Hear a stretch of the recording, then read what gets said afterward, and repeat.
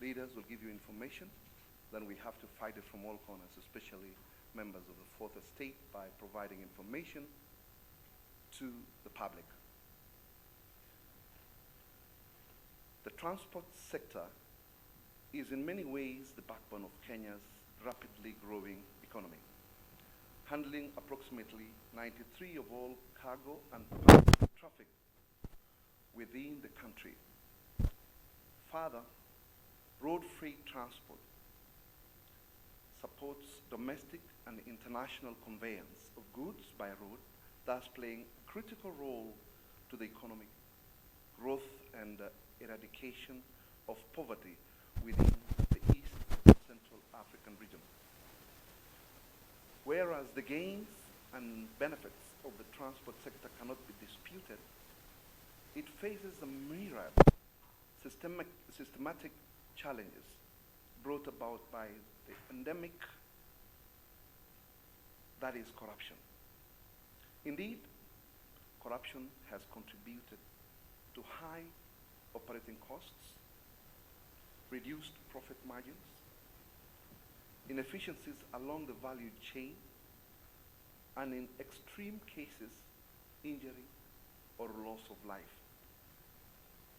We as leaders within the transport sector stand here in solidarity and agreement that it is time to put an end to this menace once and for all.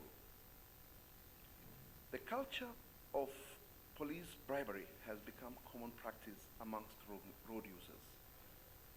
Whether the acts of bribery are within the police stations or along our roads, it is most unfortunate that the culture of toa kitu kidogo has become palatable and acceptable as compared to adherence to the rule of law.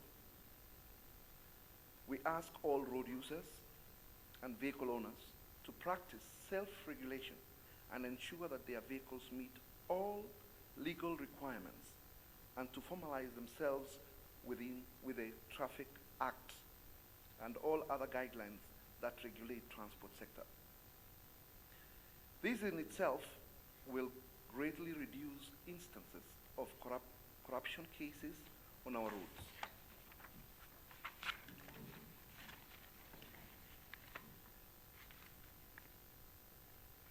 I'm going to talk about roadblocks and traffic police checks. Several of these roadblocks are illegally mounted to serve selfish interests and are not for the good of the public. These illegal roadblocks are a danger to all road users and must be removed forthwith in compliance with the provisions of the Traffic Act. The Traffic Act is clearly on procedures of mounting roadblocks, and non-compliance of guidelines perpetuates the prevalence of corruption and in the form of extortion. Additionally, the number of static police checks along our roads need to be reduced, as these not only contribute to unnecessary delays, but are also present as opportunities for extortion of drivers by ill-meaning law enforcement officers. We welcome the Inspector General Harry Mathian'I for his recent decision to reduce the number of roadblocks by 50%. The implementation of this directive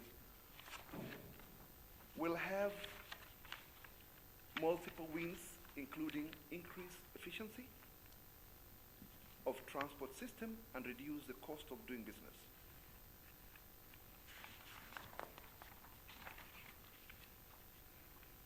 I will now go to National Transport and Safety Authority. The role of the National Transport and Safety Authority in improving road safety and accessibility cannot be understated. We as the transport sector give our full support to the National Transport and Safety Authority in fulfilling its mandate and ask that all road users abide by the National Transport and Safety requirements for their sake and for the sake of their fellow road users. We must all also appreciate that compliance not only scales down to prevalence of bribery and other forms of graft, but also, and more importantly, reduces the risk of injury and loss of life through road carnages. We commend the National Transport and Safety Authority for embracing the use of technology in carrying out its duties. The National Transport Management Systems and roll out of the Smart Driving License are major steps towards efficient service delivery while reducing occurrences of corruption-related incidences. However, in the spirit of slaying the dragon, that is corruption, we also ask that NTSA ensures observance of the law in executing its mandate. We ask that the National Transport and Safety Authority take a firm and bold position against corruption, and without fear or favor, hold to account all its officers found guilty of engaging in corrupt practices.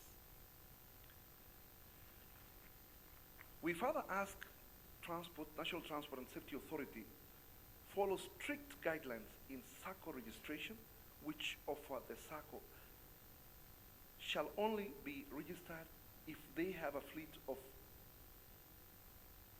30 or more vehicles. Adherence to this and all other guidelines that regulate the transport sector will restore order, increase efficiency, reduces cases of corruption within the sector. There has been cases of issuance of motor vehicle licenses outside the normal procedures. Not only does this corrupt practice contribute to the prevalence of crime within the country, but also weakens efforts to fight terrorism, as is evidenced during the recent Dusit attack, where the vehicle associated with the attack had an identical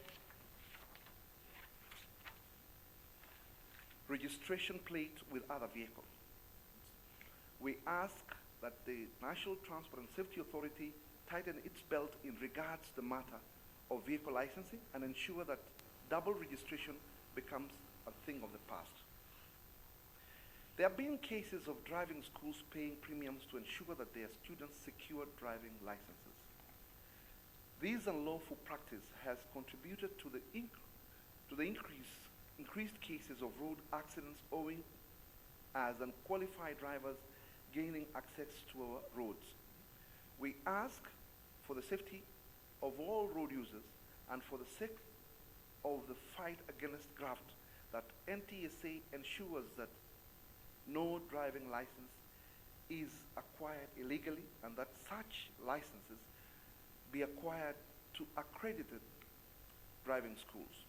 Lastly, we recommend the introduction of accredited private inspection centers and garages to carry out motor vehicle inspections to allow the National Transport and Safety Authority to exercise its oversight and regulatory mandate. Thank you.